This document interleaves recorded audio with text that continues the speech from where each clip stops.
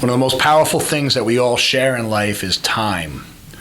And what I find with people that are struggling and are greatly stressed is one of their biggest excuses, and it's an excuse, is I don't have enough time. If you study great, amazing people that you want to mentor or be like, we all have the same 24 hours a day. How are they using it? You could show up to work from 9 to 5, right? But what's happening from 5:30 to midnight? What's happening from 5 in the morning to 8:30 before you have to leave for work? There's a lot of time that you could put in to work on yourself and better yourself. So when we slow down the machine and we look at time and how's it going to feed me and what I could do better with my time management, I feel that's where we could ultimately hit a lot of our goals and a lot of our freedom in life, because it's all about buying freedom.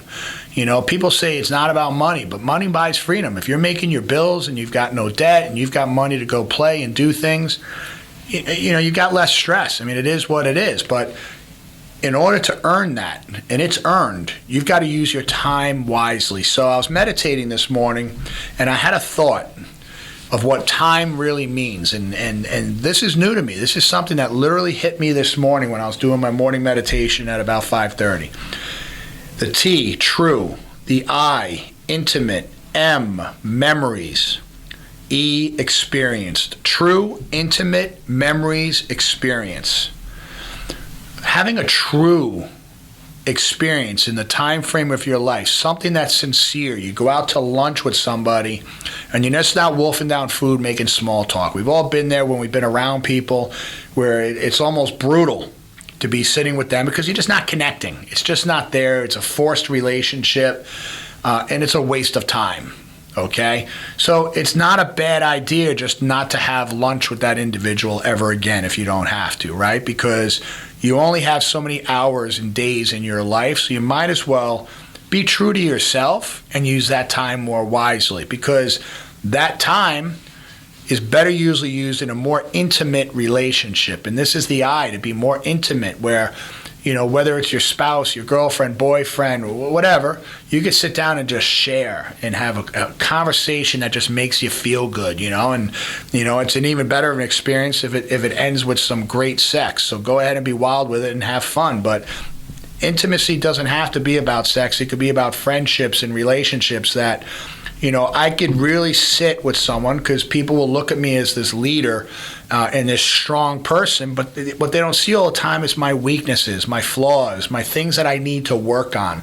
And sometimes I don't see them. And to have that intimate relationship with someone, and my wife is one of those people, and she could look across the table and be like, that sucks, that's not right, that's incongruent, you shouldn't be doing that, you shouldn't say that, you shouldn't be eating that, you shouldn't drink that, you shouldn't. And I don't like shouldn'ts. But at the end of the day, if it's truth, because she loves me, our relationship is there, and she wants to use her time wisely to make sure that I have a long, sustainable lifestyle, that she's going to be intimate enough to be honest and be true with me, to tell me that something has to change. And I've got to be real with myself to take it on the chin. And that goes for friendships too. And this is why when we talk about having a tribe of solid friends around you, that when you go sit or you go vacation and do things, you could break off and have fun, but you could also sit and work and talk about, I have friends that are great with finances, et cetera. And I've sat down and asked them questions and how to balance things and do things better, where I could take one sentence that lifts me up, and man, it just made that time so much more used wisely and intimate for me. The M is memories. What are you doing to create memories? If you were to die today and they were going to make a highlight reel of your life and your kids were going to look back on it, what amazing pictures are they going to put in that video play for you? You want them to have a hard time, because there's so many good pictures and video clips of you guys spending time together. And listen, if money's tight, you don't have to be jumping on planes and going places. You could be in your backyard playing games, hanging out, having fun. There was a time where we had a party at my house and the kids were playing and I was hanging out with the adults and I was drinking. And I saw my daughter playing and I'm like, man, I should be over there playing with her instead of standing here just, banging back a beer. What's the point of that? Like, this conversation's good, but it's not valuable time. My daughter over there is valuable time. And I had to make a conscious decision that, am I going to be that guy that's just belly up drinking with the boys, or am I going to be spending time with my kids? So, when I got those calls to go take hours out of my day to go hang out at someone's house, play a video game with a group of men and drink, well, that wasn't fitting into my schedule. That wasn't the man I wanted to be, and I lost friendships over them, if you want to call them that, where then I just wasn't part of the group. The texting stopped, and I wasn't going and playing video games. And I look back at that now, and I'm like, I see that as being a freaking loser. I'd rather sit and read a book or have a conversation with my buddy Peter in Canada talking about, spirituality or how I can be a better man and what kind of fasting you're doing, what kind of fast you want, and what kind of meditating you're doing, and what kind of manifestation of your life you're creating. Because then it makes me a better father that I could create for my families. My business is successful. I'm making better decisions. I'm modeling strong, successful human beings to help create better memories for my kids, but I'm also showing my kids a way of life that they're going to model it and do the same thing, and they're going to do it better than me because they didn't have to heal from a lot of bullshit. They didn't have to heal from past scars and things that are there because they're going to have less. So my kids aren't spoiled, they're just empowered, and I want them to be better than me, and I want their families to be better than me, and I want them to kick ass in life, and I'm going to do the best I can to show them a way to create these memories that, my highlight reel is probably going to be about a week long because that's the stuff we're doing. And then experience. You're creating these experiences with yourself. Like to get up every morning, get up a half hour early, and I'll do a video on this, the 49 breaths.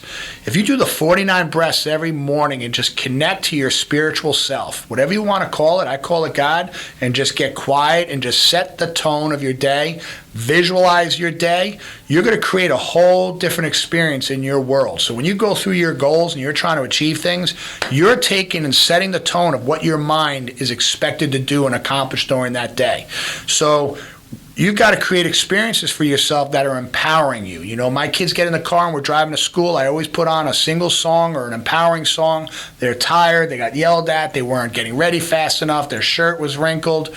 But by the time they're jumping out of the car to go to class, they're happy, like they're empowered. So I'm creating that experience for them. When we go on vacations and stuff and we're taking the pictures and everyone wants the next selfie, it's creating an experience. So how do you use this time now to have true intimate memories and experiences and things that you're experiencing?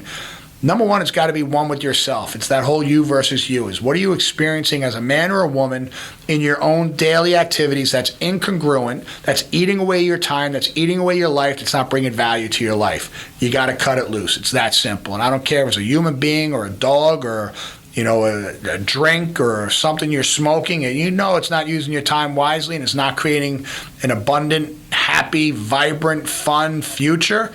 Get rid of it, man. If you're having a hard time getting rid of it, find people who did and get around them to learn how to get rid of it, to use your time more wisely, and just create more intimate relationships. Get yourself around amazing people that are resonating at a different level and it may be uncomfortable, and get intimate and share time with them on how can I be better? What can I do better? Like, I'm not good at this, and I want that. I want what you have. When people come in and say, I want what you have, I'm all in. I'll give it all to them. I'll share it all with them. So your time is the most valuable thing in your life. Don't waste it.